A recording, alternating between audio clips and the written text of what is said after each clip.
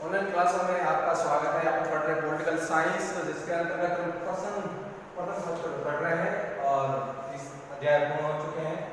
तुलनात्मक शासन और राजनीति जो आपका बुक्स हैं, उसके अंतर्गत अध्याय 4, मैं हमेशा बताता हूँ अध्याय 4 का ब्रिटिश संविधान पढ़ रहे हैं। इनका जो आपको अध्याय पूरा नाम है ब्रिटिश संविधान सामाजिक आर्थिक आधार पर विशेषताएं। उसके अंतर्गत आप पढ़ रहे हैं कि ब्रिटिश संविधान का अस्तित्व है, वो आपने कल पढ़ा कि वास्तव में ब्रिटिश संविधान का प्रथाओं के आधार पर अस्तित्व माना जाता है। कोई भी संविधान चाहे लिखित हो चाहे अलिखित हो, उनका अपना अस्तित्व है और उन्हीं आधार पर जो है देश की प्रस्थाएं चल रही है। आज हम पढ़ते हैं कि ब्रिटिश संविधान है, स्रोत क्या है। कि आपने पढ़ा कि वास्तव में ब्रिटिश संविधान है, तो उसके कुछ तो स्रोत होंगे। किस आधार पर आप उसको मान्यता देते हैं कि ब्रिटिश संविधान या कोई भी संविधान है।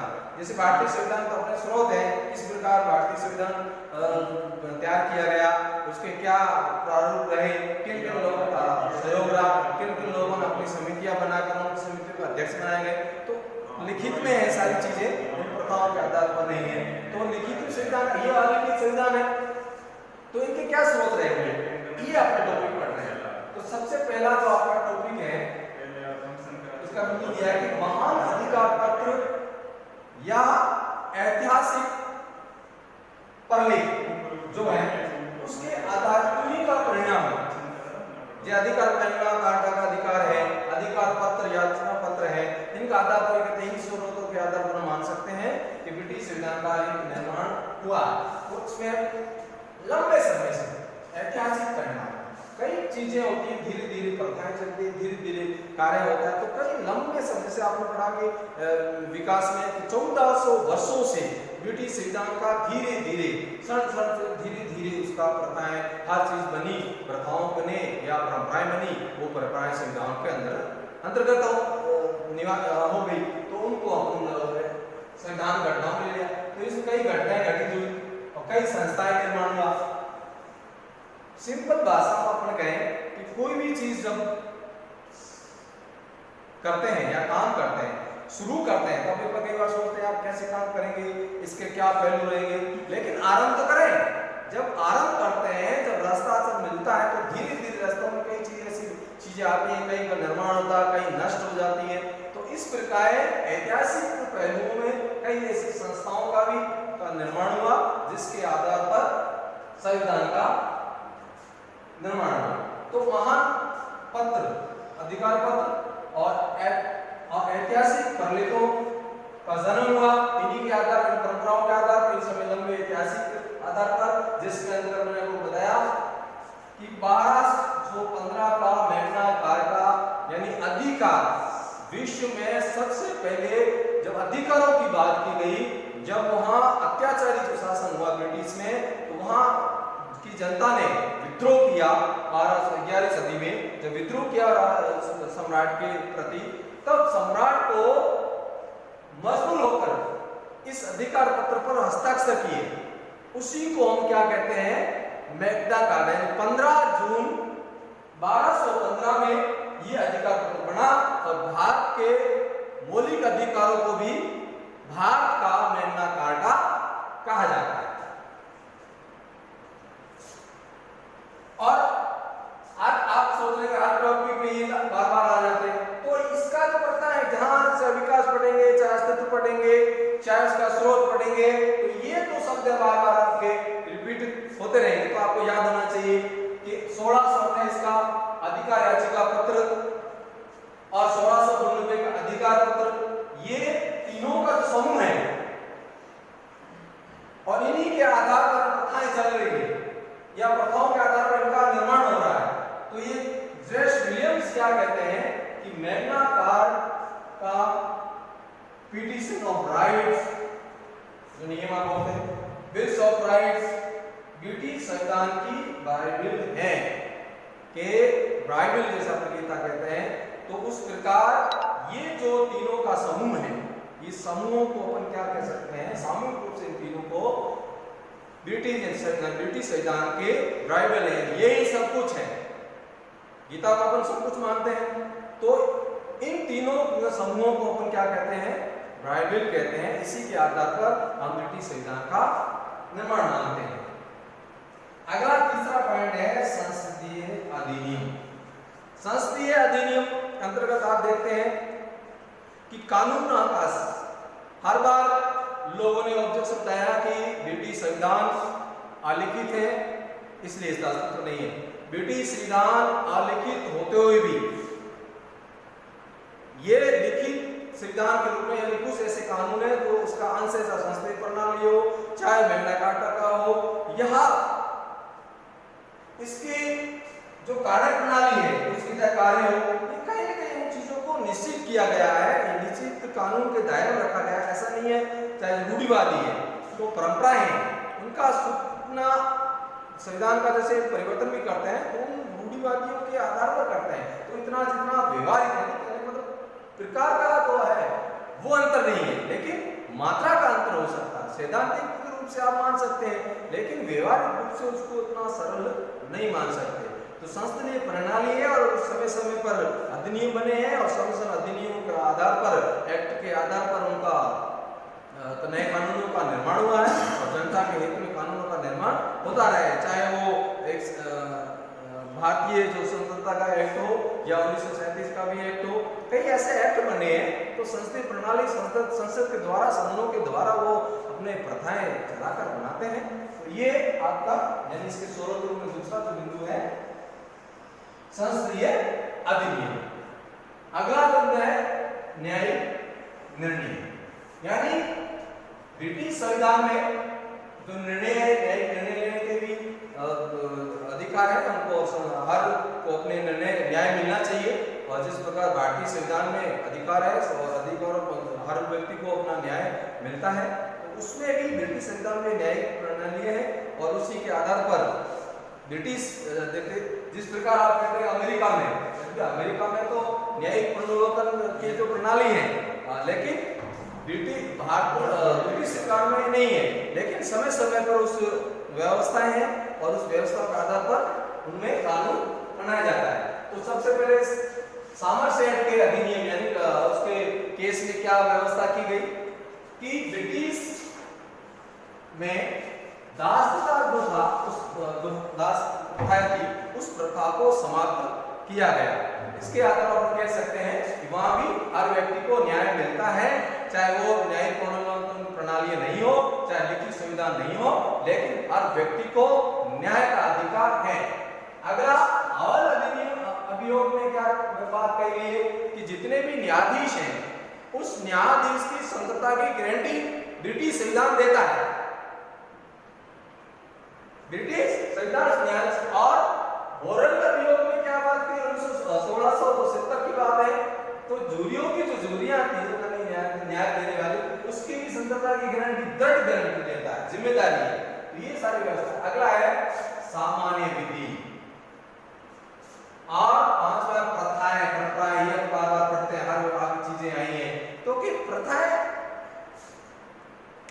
आप देखते हैं कि सामान्य विधि यानी हर जो कानून है, ब्रिटिश संविधान का जो कानून है और रीति रिवाज है, तो संशोधन की प्रणाली जैसे तो सामान्य रूप से जो रीति रिवाज है उसके आधार पर है उसका न्याय किया जाता है, उसके आधार पर उसमें संशोधन किया जाता है। जैसे जैसे प्रणालियां चली, जैसे जैसे उनको सुविधा लगा, उसी रीति रिवाजों में भी परिवर्तन होता रहा है। अपनी संस्कृति धीरे धीरे परिवर्तन होते हैं, तो वहाँ भी रीति रिवाजों, कानूनों में भी, वो परंपराओं में भी वो करते हैं। उन्होंने भी समझ कहा कि ब्रिटिश संविधान में जो रीति रिवाज, परंपराएं, प्रथाएं हैं, उसमें धीरे सामान्य रूप से संशोधन प्रक्रिया है। जिस प्रकार दूसरे देश में या अमेरिका के देश में जो संशोधन की प्रक्रिया है वो कठोर है, लेकिन यहाँ सामान्य विधि के द्वारा संशोधन किया जाता है। सामान्य रूप से, ऐसा नहीं है कि संशोधन करने की प्रक्रिया, लेकिन लचीला है। तो कई ऐसी जो प्रक्रिया रहती है वहाँ कठोर रूढ़िवादी है, तो वहाँ की परंपराएं कठोर रूप से भी परिवर्तन होते हैं, ऐसा नहीं कर सकते। प्रथाएं और परंपराएं की दुनिया जो है, संस्कृति अपनी जो है वो प्रथाओं से चली आ रही है। कहानियां सुना रहे, ये ऐसा ऐसा होता था, फिर अपन उसको मानते, शादी विवाह में वही प्रथाएं चली आ रही, पुरानी रिवाजें चली आ रही। तो यहाँ क्या होता है कि ब्रिटिश संविधान का जो ब्रिटिश में जो प्रथम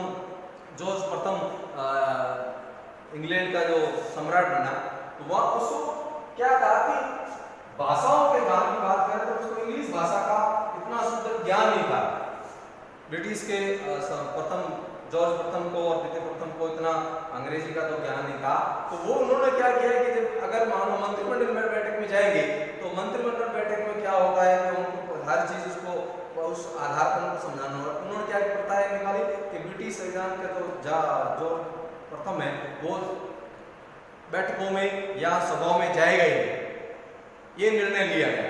तो धीरे धीरे प्रथाएं चली आई और ये निर्णय ले लिया, तो इस प्रकार की वो उस दिन बैठकों में नहीं जाएगा। आज के बाद प्रथाएं चली आ रही, आज बार जाता है नहीं। तो आज की तारीख को देखा जाए तो वो तो केवल एक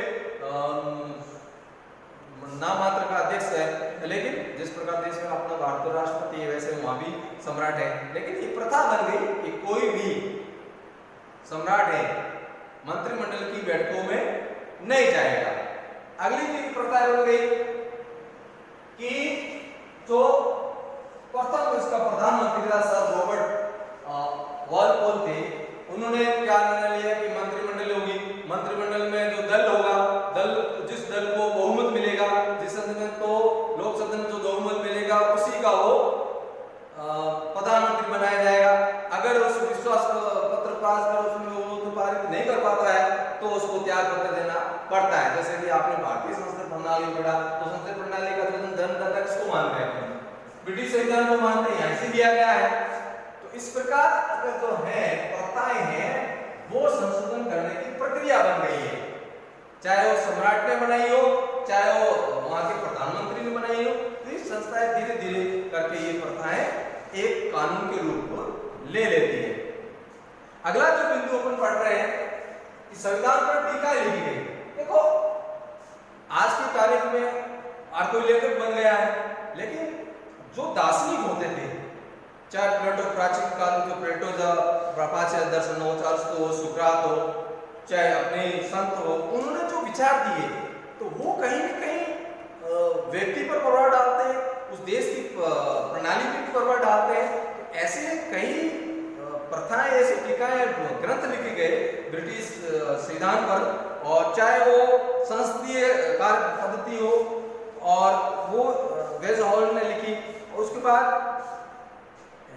एंसन और काउंसिल ने लिखी कि किस प्रकार ब्रिटिश संविधान का प्रणाली चलती है। तो ऐसे कई संविधान को लेकर टीकाएं लिखी, वो भी उसके स्रोत के रूप में काम आती है। तो ये आपका जो टॉपिक है सिंपल भाषा में है कि तुलनात्मक शासन में आप ब्रिटिश का संविधान पढ़ रहे हैं, उस संविधान में उस प्रकार ब्रिटिश अस्तित्व हुआ, अस्तित्व कैसे है, उसके क्या स्रोत है।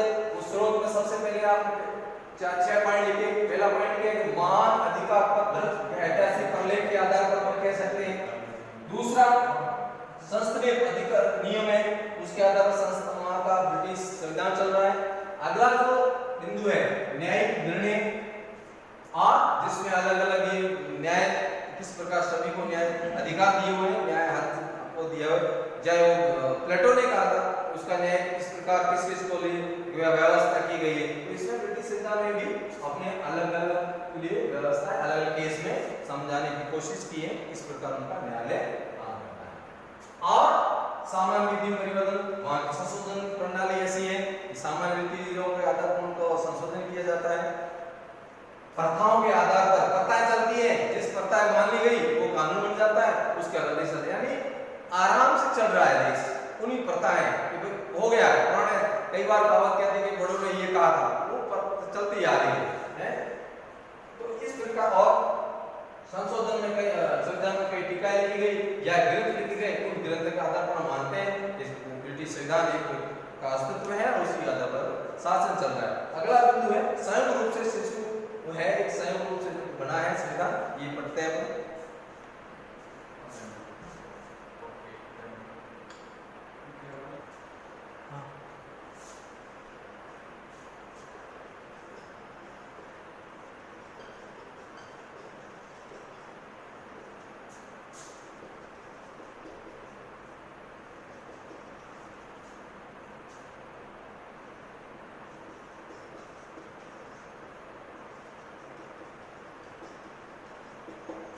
अभी आपने पढ़ा कि उसकी स्रोत क्या है। अभी जो आपने पढ़ा उसके आधार फिर विद्वान कहते हैं कि ब्रिटिश संविधान संयोग और विवेक का शिशु।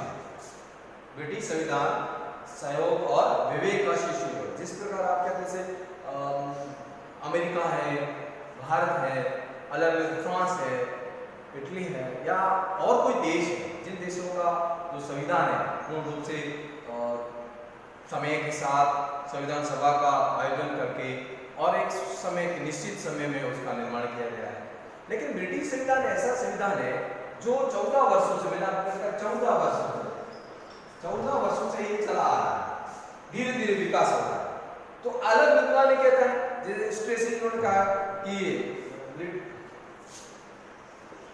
स्ट्रेसी क्या कहते हैं कि ब्रिटिश संविधान विवेक का शिशु है, विवेक का शिशु है। जो मनुष्य यहाँ वहां के जो दार्शनिकों के मन में जो आया, विवेक में जो आया, उसके आधार पर उन्होंने क्या कह दिया कि ये ब्रिटिश संविधान के कानूनों के लिए लागू कर दिया है। कुछ संस्थाएं निकली, कुछ परंपराएं निकली और कुछ रूढ़िवादी विचारधाराएं थी। तो विचारधाराओं के आधार पर उन्होंने क्या किया कि इस संविधान का निर्माण करते गए और धीरे धीरे दूसरी ऐसी संस्थाएं, व्यवस्थाएं बनती गई और जैसे जैसे लोगों का विचार आया। देखो सिंपल बात है कि संयोग बनता है, संयोग बनता है तो जो परिणाम भी होते हैं, तो परिणाम होते हैं तो परिणाम कहीं ना कहीं वो काम भी आते हैं। तो परिणाम है तो यानी इसका संयोग बन गया। कोई पता कई बार होता है विचार चलते आप विचार बनाए, बोले यार ये अच्छा वाक्य बन गया, तो संयोग रूप से बन गया। उत्पत्ति उसकी विवेक से संयोग रूप से जो हो गई है लोगों के मन में, तो ये प्रथा अच्छी है तो समाज ने मानी और समाज ने मानी तो देश की लीगली मान गई, तो संयोग रूप से उसने मान सकता। अगर विलियम क्या कहते हैं, वहां के तरफ से विलियम क्या कहते हैं कि एक स्ट्रक्चर ढांचा, बहुत बड़ा महल है, जैसे आप बनाते कोई महल बनाते हैं तो महल बनाया तो हर व्यक्ति जैसे मान लो चला गया तो उसने क्या किया, तो ये खिड़की अच्छी नहीं, इस खिड़की में क्या करते हैं, इसमें कांच लगा देते हैं और उसमें कांच लगा दिया। बोला कि इस बीच में खंभा अच्छा नहीं, इस खंभा अच्छा नहीं, इसको हटा के दूसरा खंभा लगा दें। यानी पूरे ढांचे को, इसको विपक्ष जो ढांचा बना हुआ है उस ढांचे में नए नए लोगों ने नए नए तरीके से नई नई चीजों को डालते गए और महल बनाते गए, तो एक महल का रूप ले लिया। तो परिणाम हुआ ना, महल का रूप ले लिया। धीरे धीरे इतना बड़ा महल है जिसको जो चीज अच्छी लगी वो उसमें हटाते गए और जो चीज अच्छी नहीं लगी तो हटाए और लगाते गए। तो एक रूप से अपन कह सकते हैं संयोग का शिशु यानी संतान, संयोग रूप से इसलिए कहते हैं संयोग का परिणाम है, बार बार यही कह रहा हूं, और यानी उसकी संतान है। संयोग रूप से जो उत्पन्न हो रही है परिणाम संतान है जो चीजें बनी। और विलियम्स जो कहते हैं और दार्शनिक कहते हैं कि जो एक बड़ा महल बना हुआ है उस महल, जिस प्रकार उन्होंने कहा कि ब्रिटिश का संविधान है उस महल की तरह है, जिसको जो अच्छा लगा वो उसको हटा दिया, जिसको जो अच्छा नहीं लगा हटा दिया और कुछ जोड़ने की कोशिश की, थंबे नए नए थंबों को जोड़ने की कोशिश की। ये आपको पूर्ण समझना। अगला कि विकास हुआ, एक ही संयोग रूप से हुआ, द्विसंधात्मक प्रणाली आई। तो द्विसंधात्मक प्रणाली में क्या होता है कि अलग अलग व्यवस्थाएं बनी, द्विसंधात्मक प्रणाली का विकास हुआ। तो अलग अलग सदन बने, तो अलग अलग जब सदन बनते हैं तो उसमें अलग अलग कानून पारित होते हैं। तो ये व्यवस्थाएं हैं जिस प्रकार आप मॉडर्न जो पार्लियामेंट कहते हैं, तो ये मॉडर्न पार्लियामेंट का भी तय होगा। जैसे 1900 मैंने वही कहा 1205 में तो 1295 में वहाँ का सम्राट जो बना, तो ब्रिटेन के जो सम्राट बने एडवर्ड प्रथम में भी नए ढांचे को उन्होंने नए करों को लागू किया। तो नए करों को लागू कर नए नए अधिकारों का भी उन्होंने विचार किया। तो अलग अलग वर्गों से प्रतिनिधि बुलाए, तो अलग अलग प्रतिनिधि बुलाए, उन प्रतिनिधियों की सभा हुई। तो किसका निर्माण हुआ था, मैंने कहा था आपको प्रीवियस काउंसिल का निर्माण हुआ। तो प्रीवियस काउंसिल और दूसरा किसका, रिजिस यानी राज्य परिषद का, राज्य परिषदों का निर्माण हुआ। तो राज्य परिषद किसमें परिवर्तन हो गई, कैबिनेट के परिवर्तन हो गई। दूसरी संस्था है जो जिस प्रकार ये कैबिनेट प्रीवियस से कैबिनेट मॉडल पार्लियामेंट है। तो ये सारी जो प्रथाएं हैं या जो संस्थाएं हैं धीरे धीरे आज के मॉडल में परिवर्तन हो गई।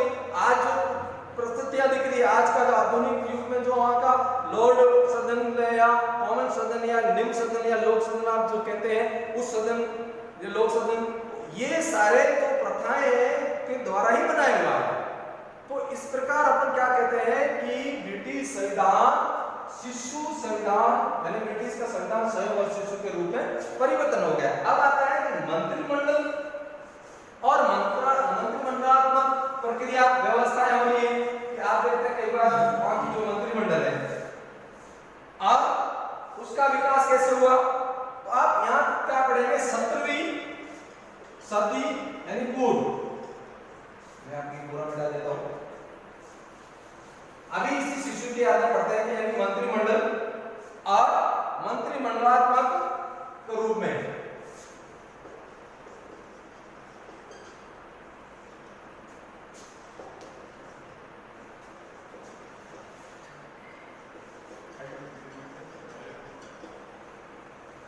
मंत्रिमंडलात्मक रूप में ये मंत्रिमंडल जो प्रक्रिया पढ़ते हैं जैसे व्यवस्थाएं हैं और उस प्रकार उसका कार्य करते हैं। तो अब इसका विकास किस प्रकार हो रहा है और किस प्रकार इसकी प्रणाली चली, तो आप सबसे पहले आप देखना है कि 17वीं सदी से पूर्व 17वीं सदी से पूर्व इसका विकास 17वीं सदी से पूर्व इसका किस प्रकार विकास हुआ, किस प्रकार इनकी प्रथाएं चली। तो ये सारी चीजें आप लोगों को देखना है कि जो बुद्धिजीवी, पहले आपने पढ़ा होगा बुद्धिजीवी की जो संस्था थी जिसे अपन कहते थे वेटू,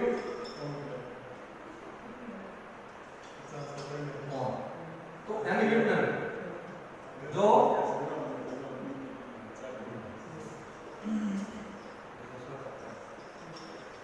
बुद्धिजीवियों की सभा, बुद्धिजीवियों की जो सभा थी वो क्या काउंसिल थी, वो उस प्रकार उनकी सलाह या मशवरा देती थी और उसके आधार पर संस्थाएं चलती थी। और कुरियाज जो रेजिस था वो संस्थाएं थी, और रेजिस संस्थाएं धीरे धीरे प्रीवी काउंसिल बनी, प्रीवी काउंसिल धीरे धीरे करके वो अलग नई नई संस्थाओं का निर्माण होने लगी। तो प्रशासनिक कार्यों को आरंभ किया गया। ये था चाहे वो प्रथम एडवर्ड जो प्रक्रियाएं बनी। उसके बाद आता है 17वीं सदी से के बाद 17वीं सदी के बाद विकास। 17वीं सदी के बाद ब्रिटिश संविधान का किस प्रकार प्रणालियों का विकास हुआ और उसमें क्या क्या नहीं, मैंने बताया कि जो प्रीवियस काउंसिल थी उसमें कितने सदस्यों के पहले छोटी थी, प्रीवियस काउंसिल जो थी काउंसिल थी इसमें कितने सदस्य हो गए 50, तो ये थोड़ी बड़ी हो गई। तो जब ये सम्राट संसद और सम्राट के बीच में सलाह मशवरा करने लगी, यानी इसके सलाह मशवरा करने लगी, तो धीरे धीरे क्या हुआ, जो संसद की जो शक्तियां हैं उसमें परिवर्तन होने लगा और सम्राट की शक्तियां धीरे धीरे उसमें क्षीण होने लगा। इस प्रकार जो है एक अलग काउंसिल बन गई जिस और अलग अलग लोगों को शामिल किया गया, जिसे कबाल के नाम से अलग 5 लोगों को बनाया। जिस संसद की जो काउंसिल थी जो उनको सलाह देने की जो कमेटी थी, समिति थी, उसको अलग 5 लोगों को मिलाकर उनके एक एक पहले अफसर को लेकर कबाल के नाम से जाना जाता है। तो इस प्रकार वो परिवर्तन होने लगा। तो ये एक मंत्रिमंडल की एक सदनीय जो मंत्रिमंडलीय प्रणालियां थी वो आगे चलती रही। अब आता है 18वीं सदी के बाद 18वीं सदी के बाद किस प्रकार उनका जो है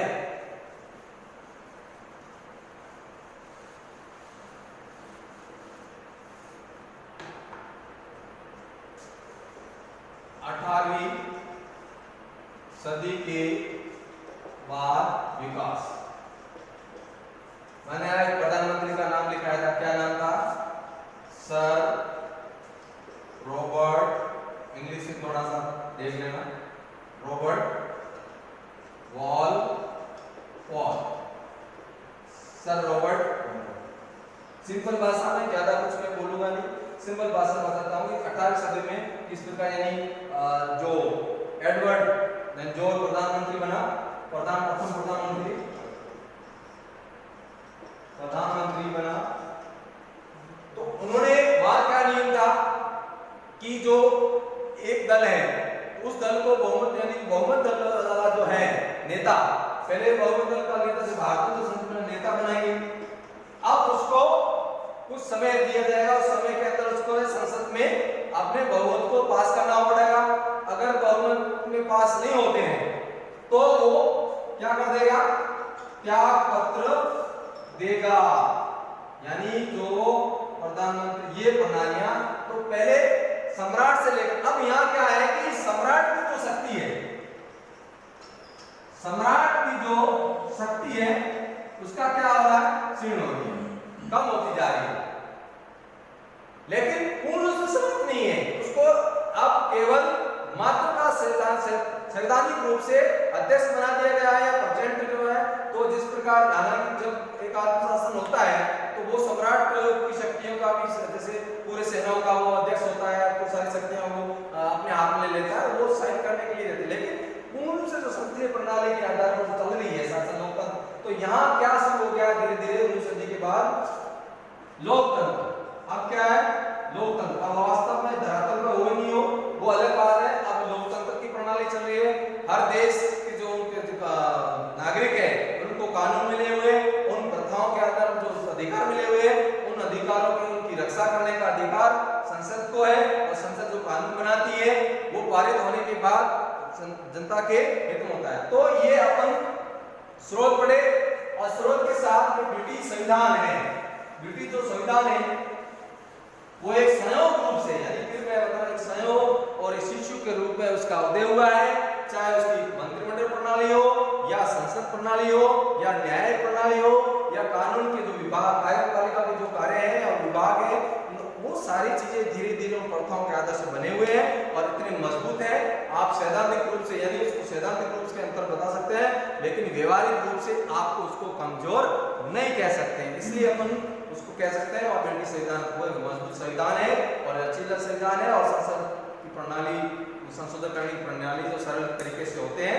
लेकिन कई ऐसी प्रणालियां हैं और ऐसे परिवर्तन संशोधन होते हैं जो बहुत रूढ़िवादियों के आधार पर होते हैं, जो कठोर रूप से भी लिए जा सकते हैं। तो आज का ये टॉपिक अपना समाप्त होता है और आगे पढ़ेंगे कल की ब्रिटिश संविधान की जो विशेषता है, महत्वपूर्ण, और ब्रिटिश संविधान की जो विशेषता है उसको आपको ध्यान रखना है, क्योंकि ये सवाल हर बार आता है, चाहे वो 2 नंबर का हो चाहे बड़े रूप में। तो ये क्योंकि जो ब्रिटिश संविधान की विशेषता